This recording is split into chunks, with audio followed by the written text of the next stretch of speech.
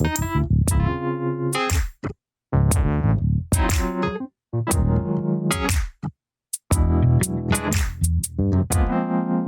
possível amar verdadeiramente alguém sem as lentes da idealização? Quando percebemos que nos apaixonamos pela imagem que criamos e não pela pessoa real, somos confrontadas com uma verdade difícil de engolir.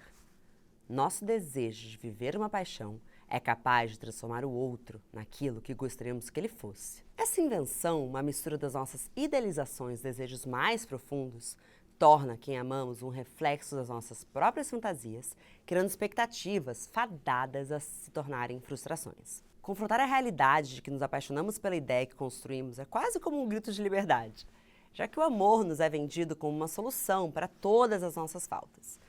Na verdade, ele pode justamente trazer luz para a nossa mais profunda solidão. Bom dia, Óbvias! Eu sou Marcela Ceribelli, CEO e diretora criativa da Óbvias, e hoje, com a psicanalista Ana Sui, vamos mergulhar fundo em seu best-seller A Gente Mira no Amor e Acerta na Solidão. Bom dia, Ana! Bem-vinda de volta ao programa, terceira vez. Sim! Quer pedir uma música? Quero! Brincadeira! Você sabe o que eu fiquei pensando? Tinha que ser tipo, não era amor, era solidão, sabe? Como que você tá hoje? Eu tô ótima, muito feliz de estar aqui de novo. E você? Eu tô muito feliz, porque eu tava não só estudando pro episódio, mas eu já destrinchei o episódio A Paixão, a Ansiedade para o meu segundo livro. Então, assim, eu tô tão Ana Suizada. Sou muito fã, você sabe. Então, obrigada novamente por estar aqui. Obrigada por me convidar de novo. Sou fãzoca também, né? Sua, sabe disso. Volta sempre. Toda vez que eu abro alguma caixinha, falam quem você quer. Ana Sui, Ana Sui. Eu falo, gente, o quanto vocês quiserem. Ela pode ser fixa nesse programa. Ana, eu acho que hoje, mais do que em todas as outras entrevistas, a gente vai mergulhar a fundo em um trabalho específico, que é o seu livro A Gente Mira no Amor e Acerta na Solidão. Eu espero que quem escuta esse programa já tenha lido, entendeu? Porque é frequentemente comprado junto com a Aurora. Mas se vocês ainda não leram, façam isso. Então, eu queria começar com a máxima do título, que é Me apaixonei pelo que inventei de você. E daquele meu jeitinho. Existe amor sem idealização? Não, para ser bem direta. Não existe nada sem idealização, porque o avesso da idealização seria a coisa nua e crua tal como ela é, e nada é por si só. Tudo depende do modo como a gente olha, da gente interpretar, do modo como a gente sente, do modo como as coisas tocam em tudo que a gente já foi, viveu ou imaginou. Então, a gente precisa idealizar para suportar não só o outro, mas a gente também. Uhum. Só que o que com frequência acontece é que a gente tende a pensar que aquilo que é idealizado é mentiroso, que aquilo que é fantasiado é mentiroso, e não é disso que se trata. Acho que a psicanálise ela traz uma relação com a realidade que é sustentada pela fantasia. Então a fantasia ela não é o oposto da realidade, ela é uma condição para ela. Até a fantasia de nós mesmos, porque quando a gente está se apaixonando, a gente também se apaixona pelo que o outro está idealizando em nós. Sim, sim. É aquela coisa, né? Eu amo o outro ou eu amo a maneira como eu me vejo sendo vista pelo outro. Que é maravilhoso do livro da Annie Ernaux, O Jovem, que em dado momento ela está num restaurante com esse namorado mais novo dela, e ela fala que de repente ela percebeu por que os homens sempre gostaram de sair com mulheres mais jovens. Porque quando ela olhava para ele, ela se via mais jovem, como se o tempo tivesse parado. Sim. Então tem um pouco do olhar do outro perante nós e o quanto vai fazer a gente se sentir bem ou não. Sim. E me fala uma coisa, Ana. A partir da verdade, que será a idealização, não necessariamente é mentira, mas seríamos capazes de nos apaixonar pelo cru de alguém? A paixão, ela precisa de um pouco de... Eu ia falar mentira, olha o ato falho. Mas ela precisa ser um pouco mais floreada para que a gente se entregue dessa maneira? Porque eu entendo que o amor consegue conviver com os defeitos. A paixão consegue? A paixão...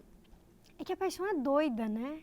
A paixão é um enlouquecimento nosso. O Freud escreve que no auge, ele escreve num texto chamado Mal-Estar na Civilização, alguma coisa do tipo, no auge do enamoramento, no auge do estado de apaixonamento, as fronteiras entre o eu e o objeto ameaçam a desaparecer. E isso se assimila muito com os estados de enlouquecimento, de diferentes tipos de loucura, mas a paixão é um tipo de loucura socialmente aceita, né? Parece que quando a gente fica louco, apaixonado, a gente se identifica com o outro, as pessoas sabem do que a gente está falando, então tem um lugar social, tem um lugar no laço, mas não deixa de ser um certo enlouquecimento, né? Por que é um certo enlouquecimento? Porque a gente acha, quando se apaixona, que encontrou no outro alguma coisa que, nossa, alguma coisa que nos diz respeito. E por mais que a gente saiba racionalmente, não existe a metade da laranja, não existe a tampa da panela, saber racionalmente não nos impossibilita, não nos impede de viver isso. Mesmo que a reciprocidade só esteja acontecendo na nossa cabeça. Especialmente, porque na verdade, assim, sempre é na nossa cabeça, né? Porque a gente não tem como saber como é que, por mais que o outro diga que nos ama, que está apaixonado, enfim...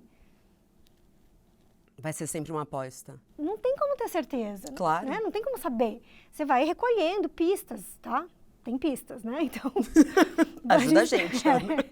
A gente precisa de dados de realidade. Claro. Mas é importante a gente reconhecer que dados de realidade, mesmo dados de realidade, são pistas. Porque mesmo quando a gente fala que a gente ama ou quando a gente fala que a gente está apaixonado, a gente também não tem uma certeza última a respeito do que é isso. É sempre efeito de uma interpretação.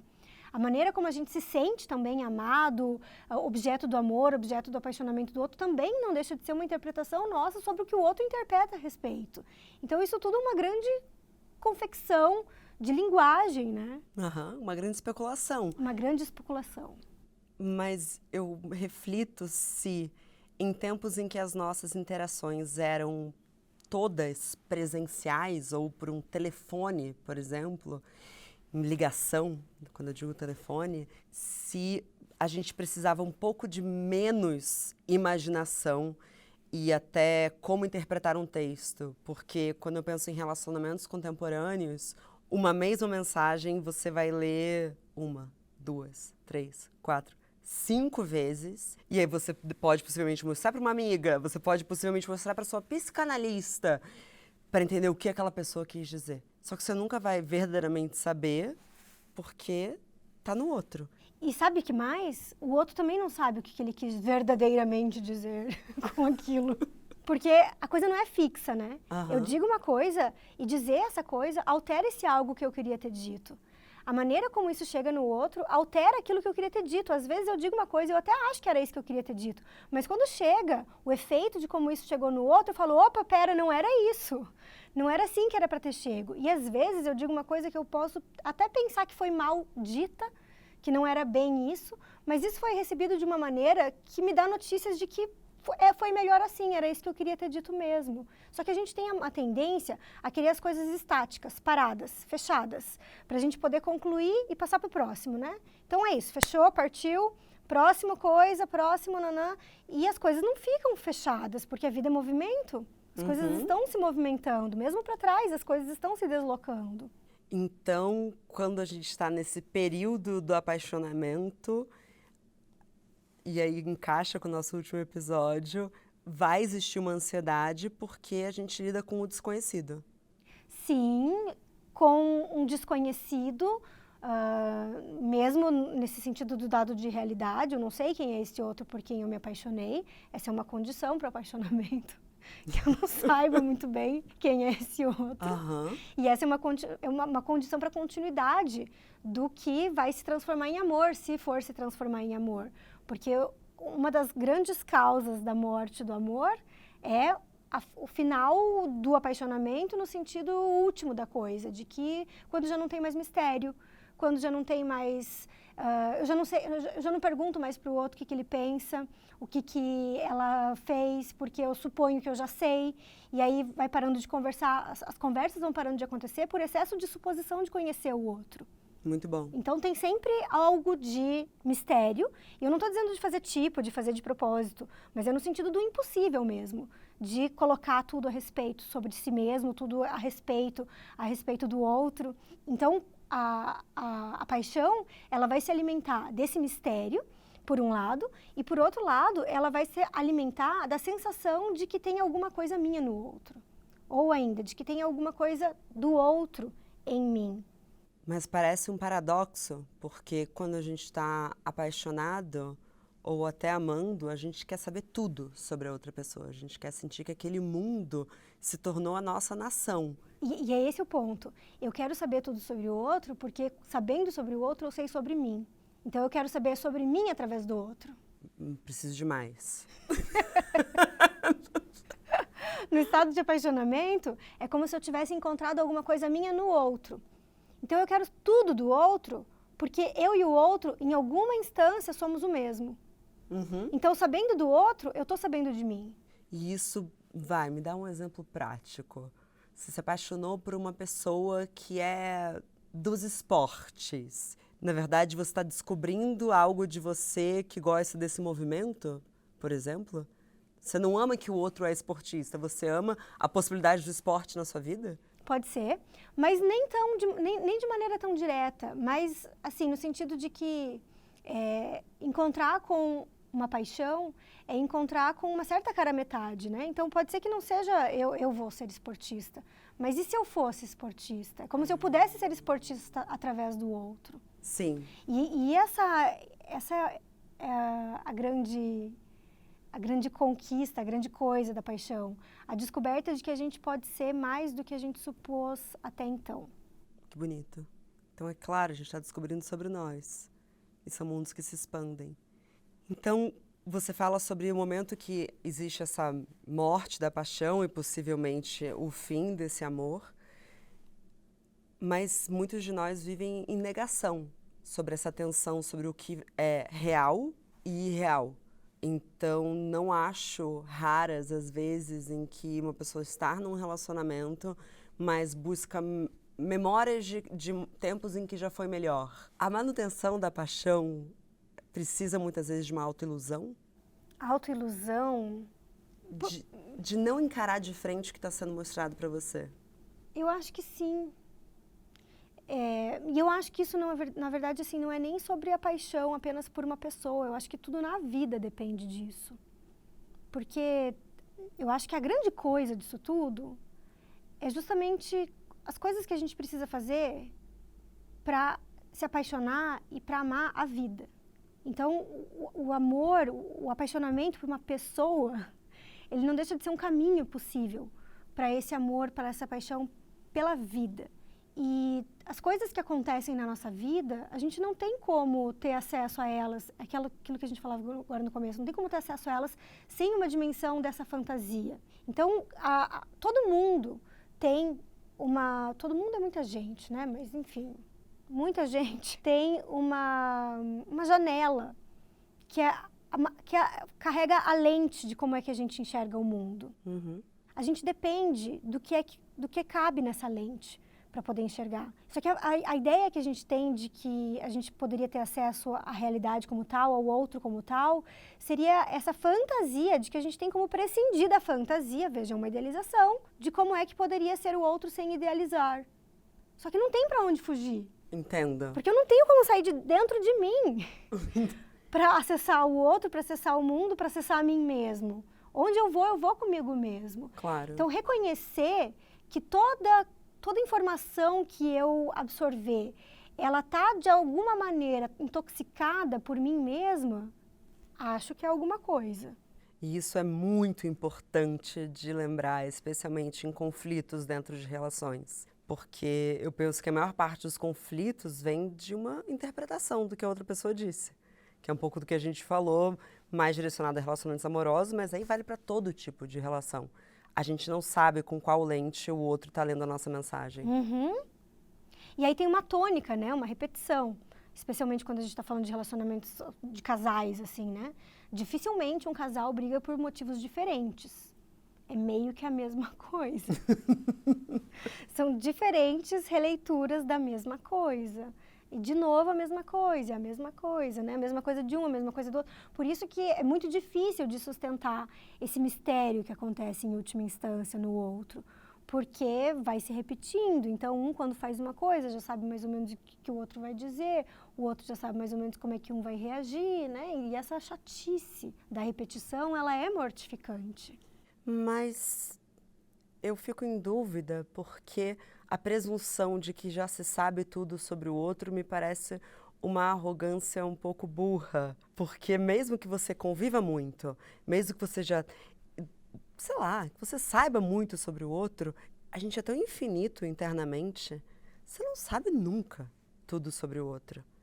Não, você concorda? Concordo. Em todos os aspectos possíveis. Mas a gente tem esse lugar em nós que é um exterminador de tudo dentro da gente. E que a gente quer fechar as caixinhas, entender e tudo mais. E é um exemplo muito banal, assim. Se a gente faz todo dia o mesmo caminho, você não presta atenção no mesmo caminho todo dia, porque você supõe que o caminho já é o mesmo. Mas se você prestar atenção no caminho que você vê, é claro que tem uma pessoa que passa que é diferente, um bicho que é diferente, tem chuva, tem sol, alguém abriu, fechou a janela. Então, tem muitas diferenças. Só que a gente não consegue dispor de tanta libido para ficar tão atento às tantas diferenças. Claro. E não consegue, assim, em certa medida, porque acho que é impossível, né? A gente precisa de uma certa estabilidade na vida. E estabilidade é alguma coisa que depende da gente não fazer de tudo uma grande questão. Poder acreditar que sabe alguma coisa do outro, porque senão como é que você vai dormir com alguém se você achar que em última instância o outro é um mistério, né? Então, quer dizer, o mistério é combustível de libido, mas chega uma hora que esse mistério também, acho que você precisa, no mínimo, se sentir segura. Exato, porque tem um limite entre isso que é essa excitação libidinal, esse entusiasmo e o que é o caos, né? Quando a gente falou no episódio anterior de paixão ou ansiedade, a gente falava disso, né? A ansiedade é isso, não passa, dá um ruim. Então, o amor, ele precisa de alguma estabilidade, ele precisa de alguma certa pacificação, ele precisa, em alguma medida, de uma certa mortificação do outro. Então, e eu adoro quando você fala o termo que te dê notícias. Na verdade, o amor precisa te dar notícias de que tá tudo bem. Exato. Exatamente, né? Então, a gente precisa disso. A questão toda, eu acho que é a dose, né? E aí a gente se empolga na dose do caos, da paixão, e daí, né, esbanja isso para o campo da ansiedade e acha que isso que é amor, ou que isso que é paixão, amor de verdade, sei lá. E aí, quando encontra com alguma coisa mais pacífica, acha que isso é muito tédio, que horror, não deve ser isso, né? Então, a gente fica achando que as coisas estão erradas. Ou então, a gente vai ficar entediando tudo excessivamente também. Mas você percebe como é uma coisa muito banal, assim, a diferença entre você prestar atenção em alguma coisa, reconhecendo que sempre tem uma diferença, e você não conseguir mais prestar atenção porque parece que é sempre tudo igual. Mas se a paixão e o amor são tanta ação, quando sentimos cheiro de tédio, faz sentido que a gente desista um pouco do saber do outro. Eu acho que a maneira como os relacionamentos foram construídos aí socialmente, quais são as grandes conquistas do relacionamento, é a fórmula perfeita para a morte da paixão. E eu não estou falando que eu sou contra casamento, não é isso. Eu só acho que a gente precisa reconhecer que eu acho que o amor, como a gente entende, o amor romântico, ele tem um tanto de controle. Que é isso, eu sei onde você está o tempo todo, eu sei quem são seus amigos, nós temos amigos em comum, eu tenho a senha do seu banco, sabe? Tô falando assim, bem um clichêzão, em que você entende que você já tem tudo sobre esse outro. E isso destrói a parte que era o descobrir. E uma vez que você tem consciência disso, como é que você vai respeitar a individualidade do outro mas também como um estímulo egoísta. Eu respeito a sua individualidade, não porque eu quero que você seja livre, eu respeito a sua individualidade porque eu sei que é isso que vai me fazer sustentar o tesão em você. Que seja, melhor que seja assim, né? Melhor que seja assim, não é? Acho mais digno. E isso que você fala é muito importante porque acho que se estende para uma série de relacionamentos como, por exemplo, entre pais e filhos. A relação que a gente tem com a tecnologia, em que os bebês, as crianças pequenas, elas vão para a escola, vão para a creche e elas estão sendo filmadas o tempo inteiro. Os pais recebem relatórios infinitos de tudo que a criança está falando. Isso também inviabiliza o discurso, porque depois a criança vai contar o quê? O adulto vai querer saber o quê dessa criança se ele está ali o tempo todo. Então, a gente precisa de espaço em todas as formas de amor. Muito bom. E pensar que até uma criança tem direito à privacidade. Posso trazer essa reflexão? Que sim. Deixa ela construir o mini mundinho dela. Isso se chama respeito. Muito bom. Só que no meio desse amaranhado que fazemos internamente, idealizações muitas vezes criam expectativas. Só que se são expectativas baseadas em idealização, a gente pode dizer que o amor, de uma forma ou outra, eventualmente vai nos decepcionar? Claro, se tudo der certo, sim. Se tudo der certo, o amor vai nos decepcionar? Se tudo der certo, não só o amor, como também o amante e o amado. Todo mundo se decepciona, de alguma maneira. Porque a decepção é justamente aquilo que vai marcar uma disjunção entre aquilo que eu queria que o outro fosse e que só existe na minha cabeça e aquilo que o outro é. Ninguém tem como ser aquilo que eu queria que o outro fosse, a não ser na minha cabeça. E se isso acontece, se chama filme de terror. Sociopatia. Não é? Tem nas cenas, imagina qual coisa mais horrível você encontrar com uma versão sua andando por aí? Não. Ou alguém que leia seu pensamento? Ou alguém que você consiga ler o pensamento dessa pessoa? Coisa horrorosa. Você tem que ter para onde voltar. Essa que é a questão. A gente fica tentando ser o quando dois se tornam um, quando a gente vai ter que ser inteira para ter para onde voltar, que é onde vai nos recarregar até de... E aí eu não falo que é uma outra casa, eu tô me retificando porque começou uma onda na internet de falar que eu sou contra casamento, entendeu? Ah, é? É. Então, antes que pareça que eu tô me justificando demais para você. Só porque eu acho que, de fato, os casais precisam de espaço, e isso não é só sobre o espaço físico. Exatamente, sim. Eu acho que é sobre espaço para ser. E isso inclui, por exemplo, estamos no jardim.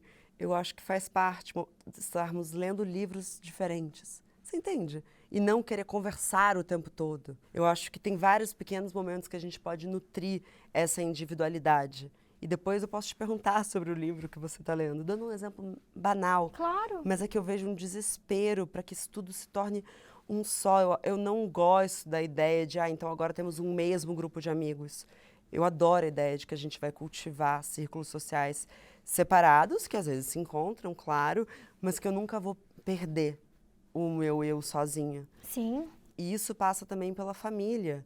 Quando eu vejo que tem pessoas que se casam e nunca mais saem para almoçar com seus pais sem o parceiro. Eu não sei, para mim é tão importante poder ter esses momentos, você poder, no mínimo, sei lá, às vezes voltar a ser filha direito. Como que você enxerga essa dinâmica? A gente tem uma tendência, acho que isso é muito especialmente do lado das mulheres, né? Mais especialmente essa coisa de estar sempre grudado, achando que tem que fazer tudo junto, tem que dividir tudo, tem que dizer tudo, né? Acho que vale lembrar, assim, que até ontem a gente era objeto de posse dos homens, né? Oh, yes. Não faz, assim, muito tempo, foi tipo ontem. Então, seria uma ingenuidade a gente pensar que de uma geração para outra a gente se livra de tudo que aconteceu, né, e do quanto isso tem de efeitos psíquicos. Então, eu acho que isso tem duas vertentes possíveis de serem pensadas.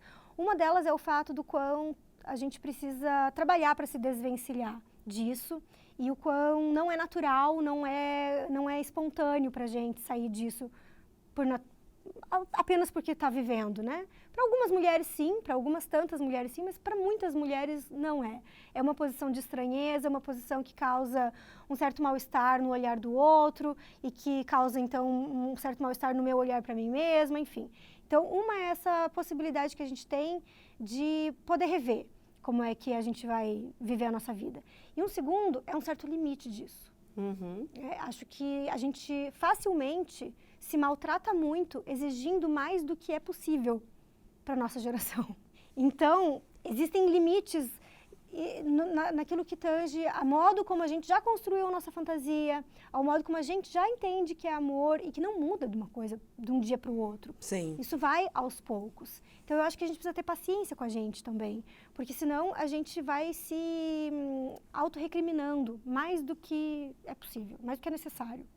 E para os dois lados, né? Então, assim, eu já entendi tudo sobre a não monogamia, e então, se eu sentir ciúme, meu Deus, eu vou, ao invés, o ciúme já dói, né? O ciúme é uma sensação ruim, mas aí você sente o ciúme e depois se tortura por estar sentindo ciúmes. Se eu sei tanto, por que eu não estou conseguindo? Exatamente. Tem um limite para o quanto o saber nos ajuda. Adorei. E depois, passou esse limite, só serve para autorrecriminação, para autoexigência, para autodestituição, essas coisas que a gente faz tão bem.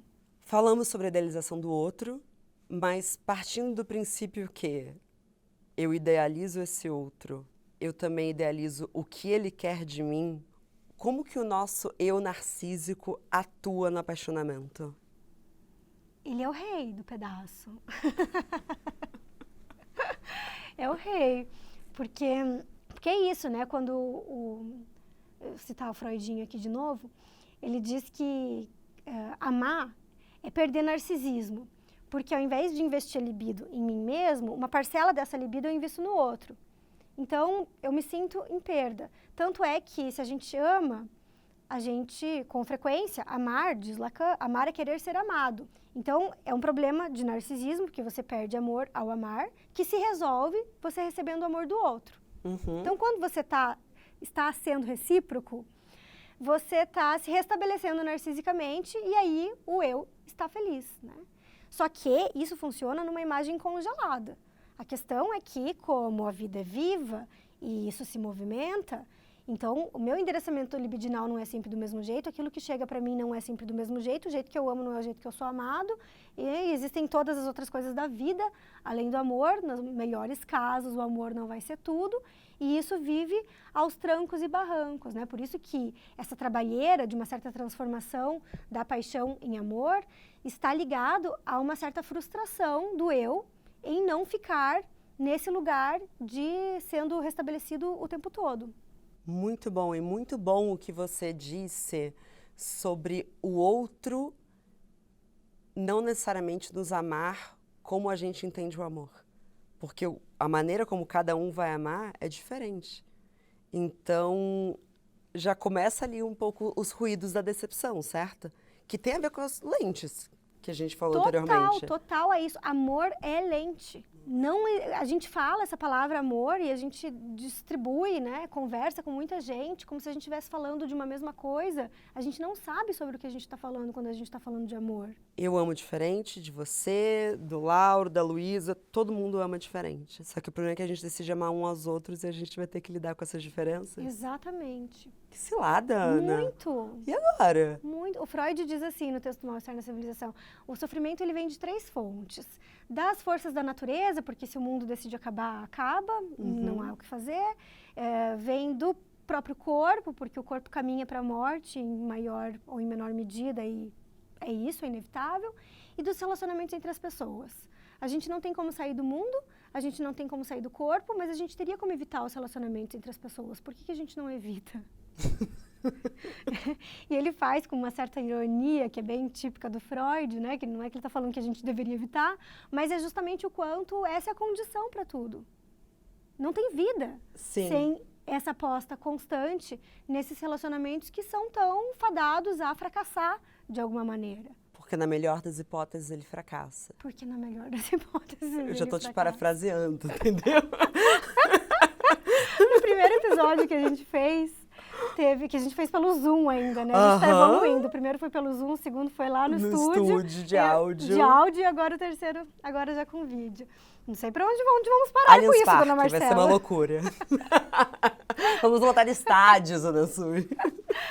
E aí, nesse primeiro episódio, eu me lembro que quando a gente terminou, no dia seguinte eu te mandei um texto do livro das Cabanas que o Amor Faz em Nós, que se chama O Amor Fracassa. Justamente. E foi muito importante pra mim esse texto. Por algumas questões pessoais, assim, mas eu acho que me deu até uma sobrevida, assim, de entendimento sobre o amor. Mas eu queria por favor. Desculpa. É porque eu acho que essa palavra fracasso, ela é uma palavra boa pra gente pensar algumas coisas. Que é, primeiro, uma coisa que a gente tem aversão, porque hoje em dia todo mundo quer ser ganhador, todo mundo quer ser vitorioso, eu tenho que dar certo, provar, ganhar likes, arrasar, uhul, né? Porque nós estamos muito doentes de inveja nessa lógica louca das redes sociais. Se não é isso, é o fracasso. A gente desaprendeu a fracassar. Não sei se a gente soube em algum momento fracassar, mas a gente não sabe fracassar. E aí o fracasso, ele tá muito localizado naquilo que é uma desesperança total. Sim. É que aquilo que, não tem o que fazer, a vida nós vamos morrer mesmo. Então nem se mexe. Não, amor, a tampa da laranja não existe mesmo, então eu vou ficar com essa merda aqui. Né? E não é disso que se trata. Nossa, mas você tem toda a razão, porque tá acontecendo um inconsciente coletivo de ceticismo sobre o amor que eu acho muito chato. É isso. Que é essa posição cínica, né? O amor não dá certo mesmo, o homem é tudo igual mesmo. Tá todo mundo um saco, é impossível, vou morrer sozinha. Eu só acho um discurso que você tá comparando com o quê? E aí pode ser isso, a gente tá doente de inveja. Porque, de certa forma, quando eu escuto as pessoas falarem isso, eu vejo que elas estão se relacionando e se frustrando muitas vezes. E eu me pergunto, por que a gente está se frustrando mais agora? Também é porque a gente tem direito de escolha. A gente, como você disse, é muito recente. Existe uma dor na liberdade que a gente conquistou. Quando o casamento era algo que nos era dado, então, Marcela, você vai casar com o fulano porque a gente quer unir terras, ok? Ok. Dificilmente eu ia refletir se aquele amor estava me completando, se aquilo era a relação certa para mim. O que eu entendo é super triste. Mas conquistamos a liberdade de nos relacionar por amor. Só que quando o amor, e inclusive tem um livro ótimo da Eva Illouz, que fala The Labor of Love, que é o trabalho do amor, né? Que ela fala justamente, a gente conquistou uma liberdade que foi enxergar o amor como trabalho. E a partir de agora, essa liberdade vem com responsabilidades e questões. A partir do momento que a gente pode escolher as pessoas e o amor se torna tão idealizado, então a gente tem uma listinha, né? O que é um amor saudável? O que pode? O que não pode? Ele ficou exaustivo e narcísico, porque o quão saudável é a minha relação, ou com quantas pessoas eu estou me relacionando, ou sei lá o quê, diz mais sobre mim do que sobre o outro. Então, é de novo um narcisismo dominando. Sim, sim. E sabe qual que eu acho que é a cilada maior dessa questão?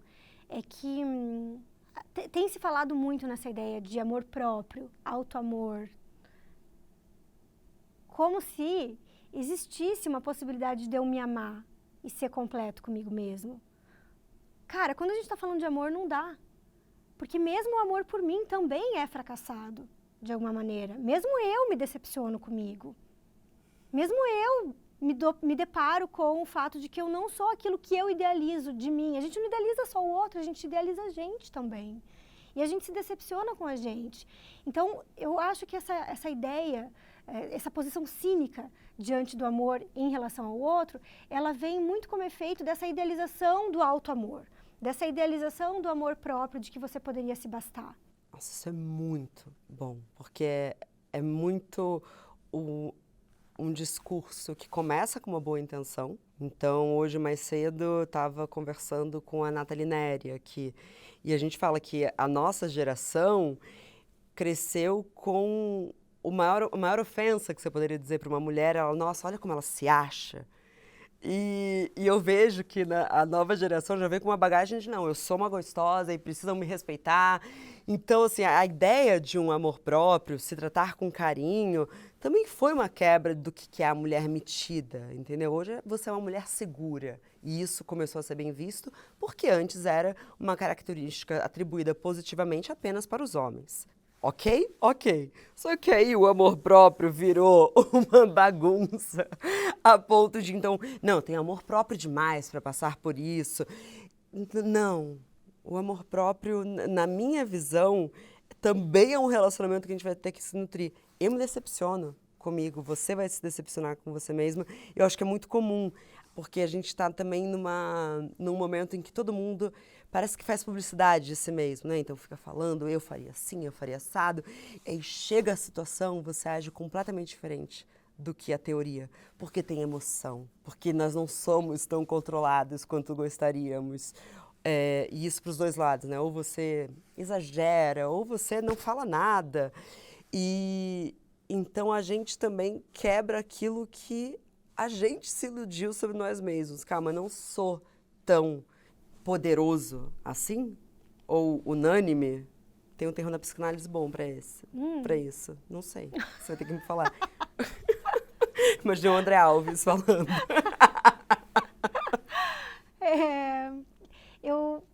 O amor, é que assim, quero falar duas coisas ao mesmo tempo, não vai, né? O Freud diz, sua célebre frase, de que o eu não é senhor em sua própria casa. Então, a maneira como a gente se imagina, ela não é a maneira como a gente é o tempo inteiro. A maneira como a gente se imagina falando, as coisas que a gente pensa antes de dormir, que você fica revendo lá o que você vai falar, e como é que você vai dizer, e como é que você vai chegar, essa maneira, ela é ficcionalizada pela nossa versão idealizada de quem nós somos. Na real mesmo, né, na realidade, quando a gente chega, a gente não age daquele lugar. E no amor, a gente depende do inconsciente. Então, a gente não ama com os nossos ideais conscientes. A gente ama onde tudo isso titubeia. E aí vem uma certa estranheza junto consigo e a gente fala, que foi isso? Que é isso? Só que a gente vive tempos em que isso precisa ser rechaçado. Isso tem que ficar de fora, porque não compõe essa imagem narcísica do eu. Sim. E o que a psicanálise propõe, quando se interessa tanto pelo inconsciente, é pegar essa perspectiva e falar, peraí, o que isso diz sobre você ali onde você não conhece? Ali Sim. onde você não alcança? Porque a gente se relaciona com a nossa imagem como se a gente fosse lá a nossa foto de perfil, né? Que é aquela foto, né? A minha é a mesma foto em todas as redes sociais. Cada 10 anos, né? Passa um cometa e eu acho faço uma mudança. Pode ser hoje, hein? Está Pode bem ser bonita, a luz está boa. Obrigada. Né? E aí, então, todos esses elementos. Luz, dia bom, companhia boa, uma make, nananã, né? E aí, pá, aquele momento. A foto do perfil é parada num instante. E com essa foto parada num instante, é o modo como a gente se relaciona com a ideia de quem nós somos. Só que a gente não é essa pessoa. A gente é o tempo todo as fotos que marcaram você, a maneira como alguém me enxerga me movimentando, quando eu tô falando que tô fazendo bico, né? E esses prints que tiram quando a gente tá falando, né? E você sai tudo meio torta. Isso também somos nós. Aliás, isso somos nós muito mais do que a nossa foto de perfil. Mas muito mais. Só que a gente quer ficar com uma coisa ou outra. Então, ou não mereço menos do que isso, e o outro está ao meu serviço, o outro é um produto que deve me satisfazer, numa lógica do consumidor infantil, mamãe e papai estão ao meu serviço, ou a gente destrói tudo e fica com, mas eu sou essa merda mesmo, não mereço nada, e migalhas e tudo mais. E é muito interessante você falar isso do ou e dessa imagem estática e desse nosso ideal, porque eu enxergo que a gente deu 2 passos para frente e 2 para trás e voltou para o mesmo local no sentido de as mulheres há 3 gerações, e aí me perdoa se eu estiver falando algo de errado de gerações, mas digamos há 3 gerações, elas não tinham muita permissão ou até espaços para falar de dores dos relacionamentos delas, porque não existia. Então, pelo menos não era tão aberto. Aí começam as revistas femininas, a questão das cartas, muitas vezes anônimas, olha, estou com um problema no meu relacionamento. Então, conquistamos esse espaço de, ok, a minha relação não está feliz, mas quero fazer funcionar. E agora, parece que a gente voltou para o pacto do silêncio, porque como tudo se tornou tão idealizado, as mulheres que vêm falar comigo, e isso eu recebo muito, eu tô morrendo de vergonha, mas eu queria te falar que a gente teve uma briga, Eu falo, sim, vocês tiveram uma briga, vai ter briga. Não, eu tô morrendo de vergonha de falar, mas eu estou com vontade de ficar com outras pessoas. Sim, porque, né, vai acontecer eventualmente. Então, a gente foi se podando para caber em algo que ninguém se encaixa. Então, a gente está com vergonha do que a gente entende que é um fracasso, mas a verdade é a natureza do amor. Na verdade, somos nós. Tudo ferrado da cabeça. Você não. Você sabe muito. Todo mundo. Não... Mentira, eu tô brincando. Quanto mais você sabe, mais ferrada. Tô aqui há 5 anos. Às vezes é bom não saber tanto. É um limite. Há um limite, há um limite, há um Precisa limite. haver um limite. Eu entro em parafuso às vezes, é de verdade. E esse limite é justamente esse ponto de basta que faz barra e fala, eu continuo sendo um ser humano. Sim. Eu continuo fracassando, eu continuo me decepcionando comigo. A questão é que isso não seja um acelerador para ir mais rápido para o pior. Sim. Mas que a gente possa brecar e falar, bom, recalcular a rota, para onde que eu estou indo mesmo, o que eu estou fazendo, mas sem a pretensão de a gente achar que não vai se decepcionar com a gente. E aí, no relacionamento amoroso, a gente tende a exigir do outro tal como a gente exige da gente. Né? Não por acaso, não é tão difícil a gente maltratar as pessoas que são as pessoas que a gente mais ama. E tratar bem as pessoas que... Vamos falar sobre isso, porque isso já foi inclusive pauta na reunião de pauta da Óbvios, sobre por que nós podemos ser terríveis com as pessoas que a gente desesperadamente mais ama nas nossas vidas, por exemplo, as mães. Por quê? De onde vem isso, De onde vem isso? E tô falando de, enfim, relações mães e filhos que são saudáveis, mas às vezes uma explosão, uma falta de paciência. Por que isso acontece? Olha, eu acho que em todos os relacionamentos amorosos, quando a gente ama alguém, esse alguém participa do nosso narcisismo. Então, amar leva a exigir. Porque assim como eu exijo de mim, se eu amo você, eu exijo mais de você do que dos outros. Assim como na vida, geralmente, eu perdoo os outros mais facilmente do que eu me perdoo. Claro. Né? Claro. Claro. Adorei a facilidade. Sim, óbvio. Sim, óbvio. Então, nos relacionamentos amorosos, isso acaba sendo quase que natural. Agora, com mãe, Marcela, é isso. Elevado à 20ª potência. Entendi.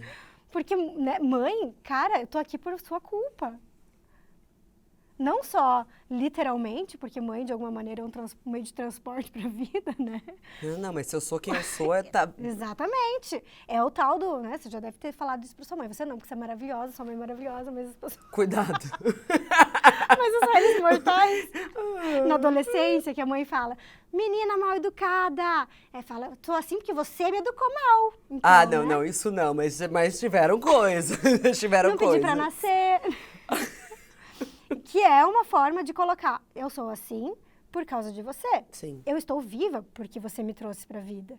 Né? E nós somos muito efeito das pessoas que nos amaram. E a gente ama com o efeito, a partir dos efeitos do lugar que a gente ocupou, de ser o primeiro, de ser amado dessa maneira, pelos nossos primeiros amores. Então, na relação com os pais, né, não só com a mãe, especialmente com a mãe, mas com os pais, isso vem muito na voadora mesmo, essa hiperexigência. E também dos pais e das mães, especialmente, em relação aos filhos, né? Porque é muito difícil se separar no amor. Cara, é isso a dificuldade do amor, é a gente se separar, mas não tanto a ponto de acabar com isso. Essa nossa brincadeira é muito séria, tô sempre aberta para você. Muito obrigada, amo estar aqui. Volto sempre. Obrigada. Obrigada. Foi lindo. Por hoje, nossa conversa fica por aqui. Mas nosso papo ainda não terminou. Te espero na próxima semana. Te encontro lá? E aí, vamos continuar esse papo nos comentários? Segue a gente aqui para receber os novos episódios assim que chegarem e já aproveita para avaliar o podcast.